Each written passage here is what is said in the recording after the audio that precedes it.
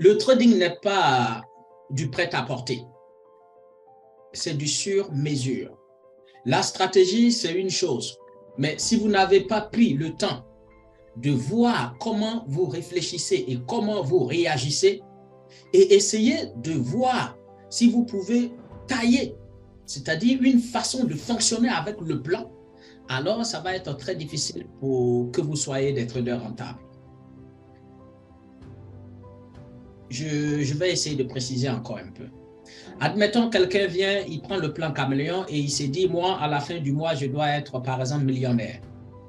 Ou on va être raisonnable. Il s'est dit, bon, à la fin du mois, je dois pouvoir me taper au moins 200 ou 300 € de bénéfices avec un petit compte.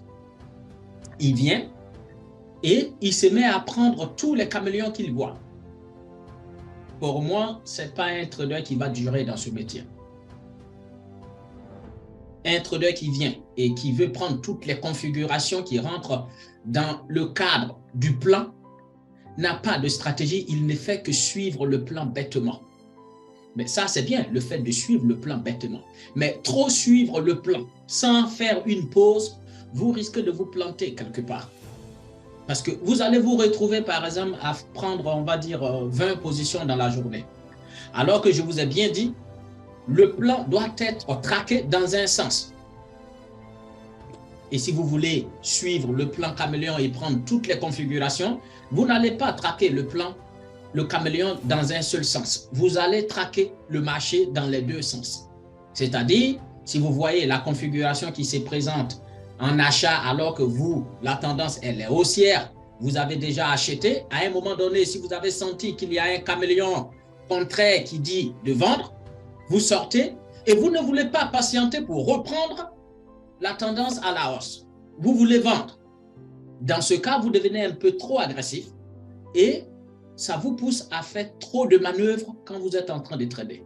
Et quand on fait trop de manœuvres, il est très facile de se planter et puis se retrouver en train de trop agir, trop mettre d'efforts pour un résultat minime. Quand je dis le trading n'est pas du prêt-à-porter, mais du sur-mesure, je vais vous expliquer un peu. L'année 2022 a été une année qui m'a permis de comprendre, ou si vous voulez, de mettre en exergue cette théorie. Le trading n'est pas du prêt-à-porter. Vous devez vous tailler. En fait, si vous voulez, votre façon de trader est unique à vous. Je ne pourrai jamais trader comme le sniper N6 ni le sniper 07 ou F18 ou H18. Ce n'est pas possible. Pourquoi? Je vous explique. En 2022, je me suis amusé à envoyer des signaux. J'ai eu pas mal de groupes où on tradait ensemble. Règle numéro 1, j'ai essayé de, quand je donne les signaux, j'ai dit, bon, allez les gars, on achète par exemple l'or. Tout le monde se met à acheter. Tout le monde fait vite pour être dans le temps. Donc, ils achètent. Pendant qu'ils sont en train d'acheter, je vois par exemple une configuration où soit je sens que le marché est prêt à se renverser. Mais personne ne réagit. Donc, je leur dis par exemple, coupez. Et ils sortent. Ils coupent tout. Certains me demandent, mais Sniper, pourquoi tu nous as dit de sortir et dès qu'on est sorti, le marché s'est renversé? Qu'est-ce que tu as vu? Je ne sais pas expliquer ça parce que si vous voulez, ce sont des choses qu'on ressent. Ou soit peut-être c'est un caméléon ennemi. Donc un caméléon, je vois que la configuration est en train de renverser de figure et je leur dis, les gars, on sort. Des fois, il arrive que j'ai tort. C'est-à-dire, je dis on sort et tu vois que peut-être on est sorti un peu trop tôt. Et le marché continue d'aller dans notre sens. Et du coup, les gens, peut-être que chez eux, ils vont se dire, ah ouais, on aurait dû rester un peu, profiter un peu plus. Ça va. Donc ça, c'est moi qui ai poussé les gens à sortir parce que je suis sorti. À un moment donné, je me suis dit, bon, je vais juste leur donner l'opportunité quand on voit le plan qui se présente, je vais leur donner l'ordre de rentrer en position Mais cette fois-ci, chacun va gérer la position. Certains d'entre vous ici étaient dans ce groupe-là. Et quand je dis, les gars, gérer, c'est là que je vois. Parmi eux, il y a un qui a validé son compte. On était sur des comptes de MyForex. Il y a un qui a validé son compte, donc le test, et il y a un qui a échoué le test. Ils lui ont arraché le compte. Comment cela peut s'expliquer? Je vous donne la parole. Si vous pouvez identifier et me dire qu'est-ce qui s'est passé dans une telle configuration ou dans une telle situation. Qui peut m'expliquer dans une telle situation ce qui a pu bien se passer pour que les gens ont reçu les mêmes ordres? Un a pu gérer la position et valider son compte et l'autre a échoué et a raté son test. Voilà. Oui, H18, tu peux y aller. Non, je pense, moi, que c'est la gestion des émotions pendant le trading. Parce qu'une fois une position est ouverte, le subconscient qui va gérer la personne qui trade. Oui. Donc, il faut s'entraîner à bien maîtriser ses émotions. Et ces émotions-là, on peut les gérer tout en respectant le plan caméléon. C'est tout. C'est très facile, mais difficile pour quelqu'un qui ne peut pas respecter quelque chose. C'est tout. C'est très facile, mais difficile pour d'autres. D'accord. OK. Qui d'autre? Est-ce que quelqu'un peut nous donner une cause différente de ce que le sniper H18 a dit? Oui, Kouswanda, tu peux y aller. F15. Oui, coach. Je me dis que, ouais, je le rejoins dans le sens que c'est toujours un problème de gestion. Un problème de gestion, c'est, comme vous nous avez toujours dit, qu'il ne suffit pas de prendre une position. Le plus dur, c'est de gérer la position. Oui. Donc, maintenant, dans la gestion, on rejoint maintenant donc, la psychologie des émotions. Soit on a été largement en gain, mais on n'a pas eu le timing de sortir. Oui. On a voulu gagner plus, finalement. Il y a eu un comportement violent jusqu'à pratiquement perdre le compte. Donc, les deux, l'autre a validé, l'autre n'a pas validé. Ils ont eu certainement donc, des gestions différentes. Et donc, ça rejoint vraiment, c'est toujours sur la psychologie. Toujours sur la psychologie, la gestion des émotions. Voilà. Très bien. Donc, ce que vous avez dit là est très bien. C'est pour ça que je vous ai dit, on trade tous différemment. On peut avoir tous le même plan, mais chacun aura sa façon de piloter le plan qu'il a en main. Et c'est ça l'empreinte digitale que vous possédez en tant que trader. Vous devez pouvoir mettre votre empreinte sur le plan que vous avez, de telle sorte que vous ne pouvez que trader d'une certaine façon qui est unique à vous. C'est-à-dire votre façon de trader avec le caméléon doit être différente de moi, ma façon de trader avec le plan caméléon. Pourtant, c'est le même plan. Et ça se justifie bien. Pourquoi plusieurs, donc on va dire 3, 4, 5 traders ont reçu le même ordre? Comme je vous ai dit tout à l'heure, par exemple le pétrole. On vous dit les gars, hop, le plan s'est dessiné, c'est le moment où on rentre, on achète le pétrole. Ça, c'est très intéressant. Le plus important n'est pas le fait de rentrer en position. C'est ça que je dis à chaque fois, mais je pense que les gens n'ont pas encore compris. Il est très facile de voir une position, une opportunité et d'essayer d'acheter ou de vendre. Parce qu'on a vu la configuration s'est présentée. Mais une fois qu'on a cliqué pour dire on achète ou on vend, le plus difficile commence. La gestion. C'est pour ça que je vous dis à chaque fois, la gestion d'un trade est plus importante que la prise de position elle-même. Il y a des gens qui sont devant le marché 24 sur 24 à chercher des opportunités. Mais une fois qu'ils ont les opportunités, ils les gèrent mal ou soit ils rentrent, ils sont en gain et ils finissent par perdre l'opportunité en fait en laissant cette position. Il arrive des fois qu'on peut prendre une position, d'accord, mais le temps de mettre notre stop suiveur, que le marché se renverse et vient toucher notre stop loss. Ça arrive. Mais je vais vous dire, il y a des moments où tu vas voir le trader, ça arrive à tout le monde, hein, c'est pour ça que je vous dis. Vous prenez une position, vous êtes largement en gain et vous commencez à rêver. Vous êtes dans les nuages. 300, 400, 500, 1000, 1500, 2000. Et on commence à prendre confiance. On peut mettre même le stop suivant et puis après le reculer. Parce qu'on veut toucher le target qui est par exemple à 3000. Et on sent que le marché veut aller jusqu'à là-bas. Et on néglige le stop suivant qui doit sécuriser quelque chose. Et ça, quand on prend un tel coup, psychologiquement, on risque de se livrer même au marché parce que c'est là l'action qui va suivre. Après avoir raté la gestion d'un tel trade, je vais vous dire, c'est le levier. On va se retrouver en train de prendre le levier, poser des actes qui n'ont rien à voir avec les actions d'un trader lucide.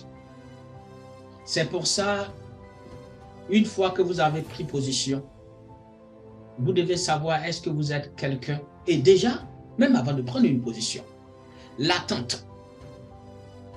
Vous attendez à gagner combien sur cette position? Parce que vous ne pouvez pas prendre une position et puis dire, bon, moi, je veux gagner, je ne sais pas, moi, je vais vider le marché de son sang. Non. Vous prenez une position, il y a un objectif. L'objectif, pour moi, ne doit pas être trop ambitieux. Pour commencer, si on ne veut pas se faire avoir, vous mettez l'objectif. Il y a certaines personnes qui prennent une position, par exemple, à l'achat, à partir d'un support, ils se disent, bon, je vais mettre mon TP à la prochaine résistance. C'est bien beau, mais le marché peut ne pas arriver à cette résistance. Le marché peut être refoulé avant même de toucher cette résistance. Donc, ce qu'il faut faire, c'est que quand vous prenez une position, vous voyez que le marché, la configuration est bien dessinée, ce qu'il y a à faire, c'est de mettre son TP avant la résistance. Parce que la probabilité pour que le marché puisse venir tester le niveau avant la résistance peut être élevée que de mettre sur la résistance ou un peu même au-dessus. Tout dépend aussi de ce qui fait pousser le marché à la hausse. Donc ça, c'est le premier truc que vous devez respecter. Ne pas mettre le TP très loin, sinon on va se retrouver à rêver et à ne plus vouloir couper cette position pour prendre les peu de gains qu'on a et vouloir devenir millionnaire sur une seule position. Ça, c'est un. Numéro 2, on prend une position et les minutes qui suivent, tout de suite, on voit qu'on a un gain. Si on a un gain, parce qu'il y a certaines personnes qui demandent, oui, mais à quel moment je dois mettre mon SS? Mais les gars, le stop suiveur aussi, pour mettre le stop suiveur, tout dépendra de votre façon de gérer le risque. Aucun trader ne peut gérer le risque à la place d'un autre trader. Ce n'est pas possible. Ça doit être unique. Je vais vous dire là, les gars, hop, mettez le stop suiveur. Vous mettez le stop suiveur et hop, le marché vient vous sortir et repart encore dans votre sens. Je vous ai mal conseillé. Parce que si ça aurait été vous, vous aviez la patience et cette maîtrise-là de laisser par exemple votre stop suiveur au point d'entrée ou même laisser votre stop loss et patienter le temps qu'il faut pour que le marché puisse vous donner ce qu'il faut avant de mettre votre stop suiveur. Il y a certains traders, quand on tradait en 2022, dès qu'on prend une position pop, dès qu'on en gain, ils sont en stop suiveur. Moi, je n'ai pas encore bougé mon stop suiveur. J'attends et je reçois des messages. Oh, le marché m'a sorti. Oh, le marché m'a sauté. Et je suis surpris quand je vois le comportement du marché. Je leur envoie un message. Mais les gars, vous avez trop mis le stop suiveur. Vous l'avez mis trop vite. Quand vous mettez trop tôt le stop suiveur et que le marché vous sort, tout ce qui vient, c'est en fait, vous regrettez d'avoir agi un peu trop tôt. C'est pour ça le timing est la clé en trading. On ne peut pas dire autre chose. Tout le reste n'est que commentaire. Le timing. Et il y avait deux qui parlent à chaque fois du timing, du timing, du timing. Je ne sais pas si certains comprennent cette question de timing. Ça va rentrer un jour dans leur tête. Ouais. Sans le timing, même la prise de position. Mais les gars, vous avez déjà le plan caméléon qui vous dit à quel moment rentrer. Donc, vous êtes déjà libéré d'un travail qui est quand même primordial. Vous savez à quel moment rentrer pour acheter ou pour vendre. C'est bien. Maintenant, ce que je ne peux pas vous dire,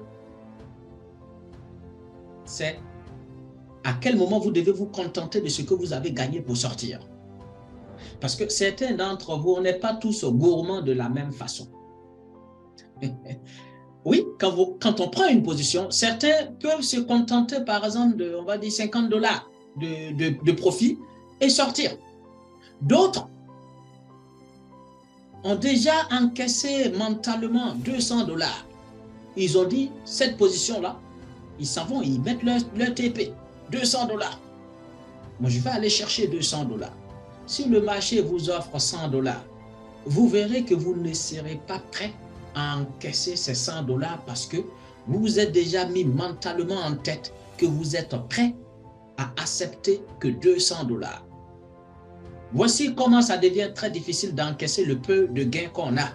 Parce qu'on a déjà conditionné le cerveau. Ça va nous pousser à revenir un peu pour voir un peu le mode de fonctionnement de notre cerveau, les gars. Vous savez, je vais vous prendre un exemple bidon. Hein? Vous arrivez dans je sais pas moi, dans une boîte de nuit, pour ceux qui vont dans les boîtes de nuit, et vous voyez une jeune, très belle petite fille qui commence à danser et vous l'approchez en tant qu'un homme. Vous êtes un bon célibataire, elle est célibataire. Vous discutez un peu et vous voyez que tout va bien. La jeune dame veut coopérer. Et elle vous donne ou vous lui donnez rendez-vous, par exemple, chez vous. Et elle vous dit, il n'y a pas de problème, je vous suis. Honnêtement, de vous à moi, qu'est-ce qui se passe dans votre cerveau et dans votre cœur? Le corps commence à se préparer déjà à l'événement. Vous commencez déjà, c'est-à-dire tous les organes commencent à s'activer. Parce que vous avez déjà fait, vous avez déjà posé l'acte mentalement sans même l'acte physique. Je prends un autre exemple encore, peut-être qui sera beaucoup mieux.